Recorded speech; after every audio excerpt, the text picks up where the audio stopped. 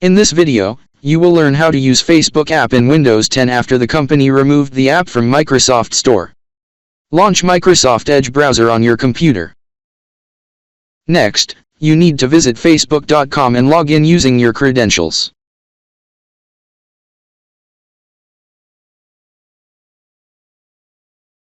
After that, click on the Setting and More icon available on the upper right corner and select Apps, and then select Install this site as an app.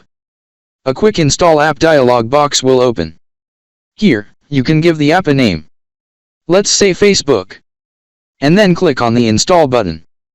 The Edge browser will create a Facebook app icon on the desktop.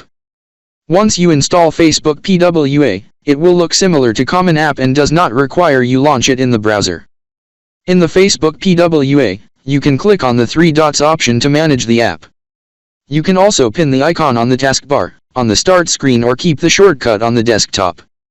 Find this video useful? Find this video useful? Don't forget to subscribe the channel for more interesting video.